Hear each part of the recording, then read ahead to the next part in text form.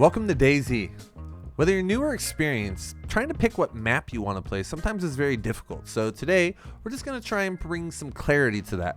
We're going to talk about the three main game maps and some modded community maps that are available on PC as of now, but who knows, maybe someday console too. So let's get into it. As of now, you have access when you purchase DayZ to Livonia and Chernarus. Alongside this, there's a Frostline DLC, which will give you access to Sakal. Now, these three maps are going to be available on PC and console, but console is only going to have access to these three maps. That doesn't mean that the host of your server isn't going to mod or change the environment in some way, but these are going to be the three base maps you get. Now, for PC, we have a lot of modded maps that different creators have made for us that one day may be able to port over to console, but as of now can't. So let's just talk about all the different maps right now and give you guys a general rundown of the best experiences in DayZ that you don't want to miss out on. If we ain't starting with Chernarus, we're not starting it right. So this is the OG map, the first one that ever existed. And a lot of the game mechanics have sort of been balanced to this map. If you ask a bunch of DayZ veterans what they thought the best map ever was, a lot of them are going to point to Chernarus. And it's because this is the genesis of a lot of people's inspiration for the game. And overall, the map is really finely tuned. It gives you like a semblance of peace the entire time you get, once you get off the coast, that is. It gives you a feeling of peace, but then as soon as you get that peace, it's taken away, it feels like, by someone shooting at you or like a zombie's overwhelming you in a certain location. So a truly wonderful map. I think all players should start with Chernarus and then kind of move on from there. Because it is free with the game, there's no excuse for anyone to really go anywhere else in the beginning. I give it a 10 out of 10. Livonia was the second map ever released, and if you purchased DayZ, you own this map as of now. It used to be a DLC that you paid for, and a lot of people didn't like it back then because of that reason, like having to pay for it.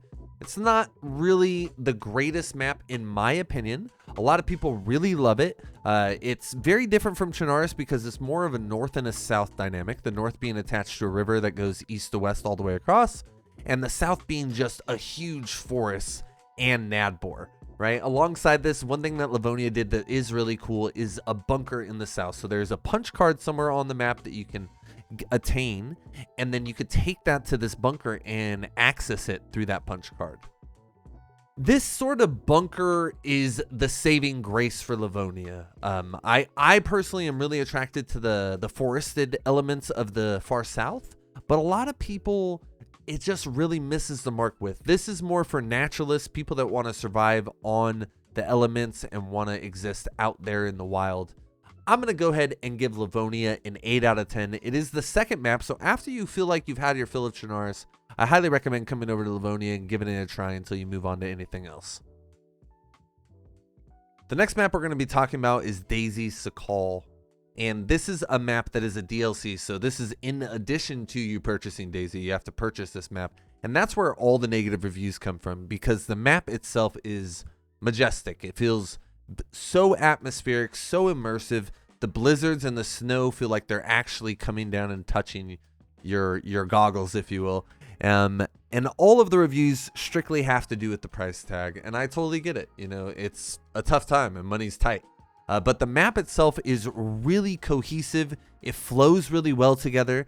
They are still developing it. So as of right now, they have, I think, done 2 updates, I want to say, but they've changed the loot economy of the game, and they've added this location that we're looking at now. There's a volcano in the north that has a sort of mission attached to it. And then as you come down to the south, there's also a bunker that you can access gear in. For base builders particularly, this map is so good. There are so many unique locations that you can look to build in, so many caves and other like sort of industrial buildings that aren't available on other maps as of right now. So a really great map with a lot of like hidden little Easter egg spots that you can come across as you're adventuring through the world. Most importantly, this is an opportunity for console players to get a little bit of the modding community that we're going to be looking at in a second. We have been so blessed as PC players to just experience so many mods. I am so happy console players now have an opportunity to face the cold, which is such a unique element. Shout out to you guys. I'm going to give this map 8.5 out of 10. Boom.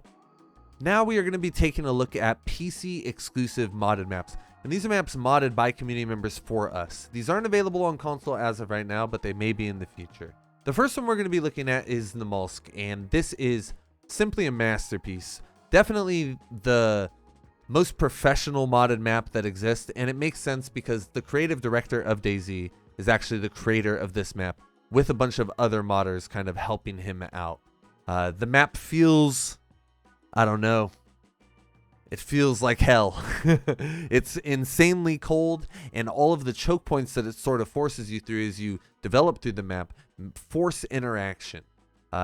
There is a mission on this map that is quite in depth, and it goes, there's layers to it, if you will. You have to jump in through a portal, have certain elements to open a portal while in that world, and then go to another portal. It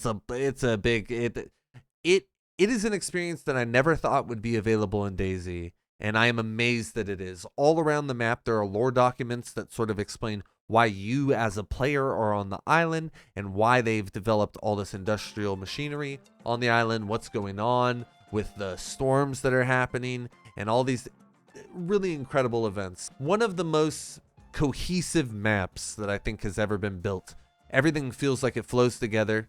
The spawn, from the spawn area to when you get gear, it is a fluid line of development and just simply a masterpiece. After you do Chernarus and Livonia, please try Namolsk. You're gonna feel like it's a brand new game to you. 10 out of 10.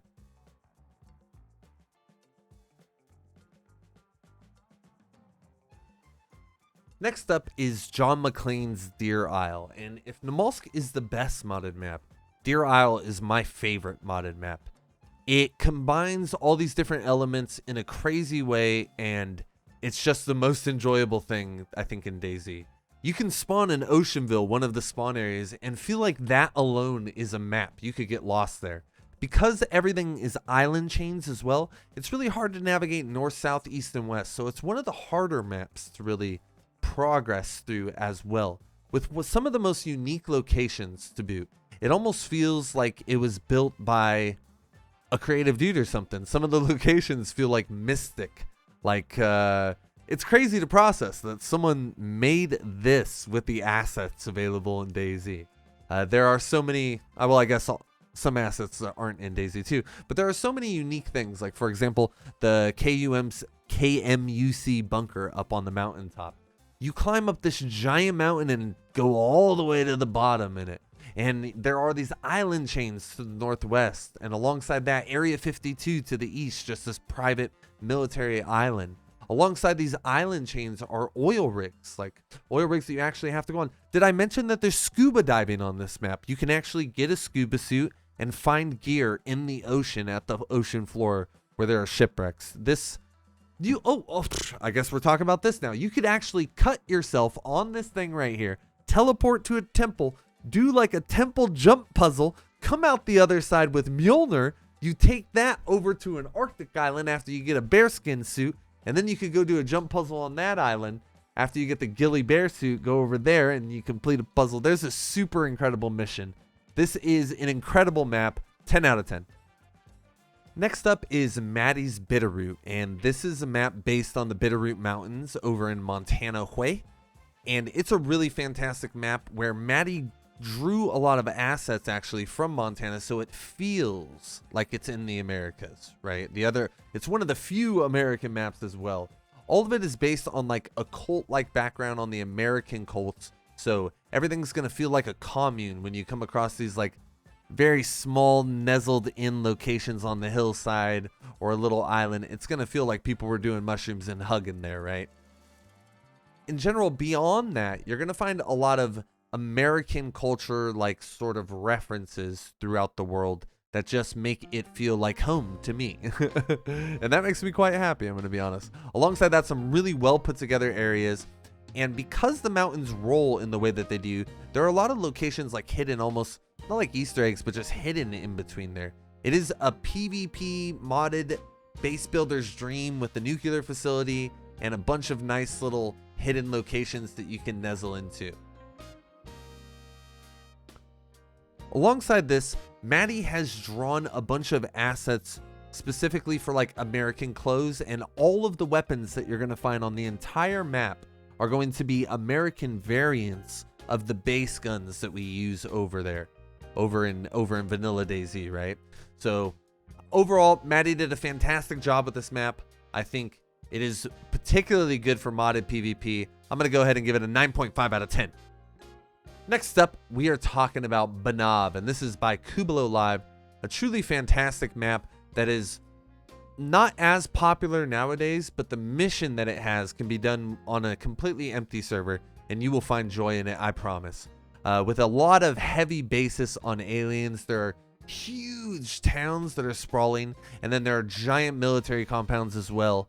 And alongside this, something unique about this map that really sets it apart in experience from anywhere else is it is flat.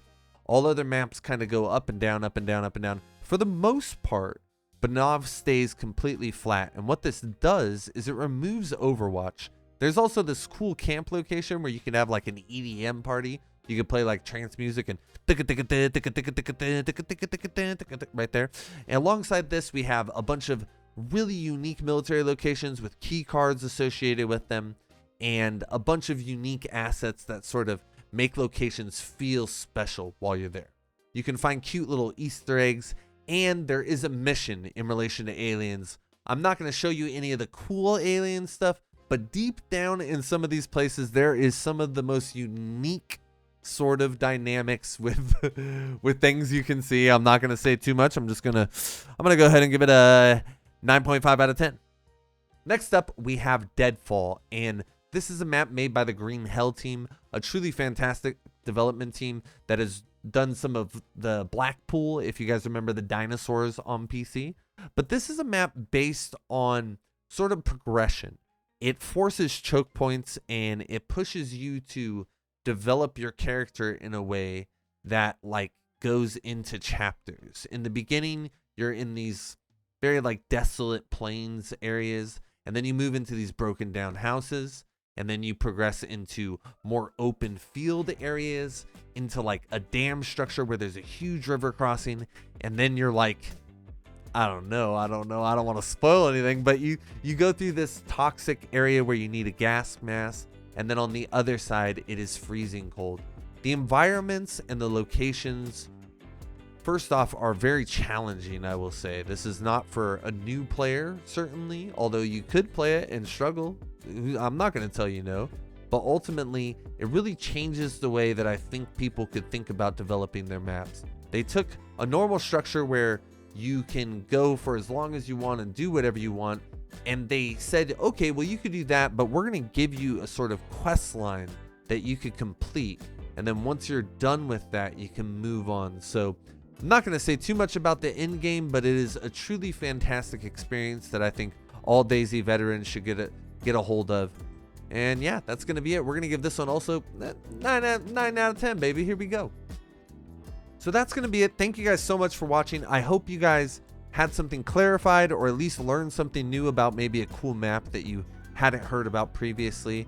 I really appreciate all you guys watching. We're encroaching on 25K. When we hit 25K, we're going to be dropping some merch pretty soon after there. So get your hands on some Cam Camp merch, baby. Here we go. Thank you guys so much for all the love. It's really changing my life actively. It's been a tough month, but I'm so happy to just be able to do this. And yeah, be good to each other out there. Or maybe don't.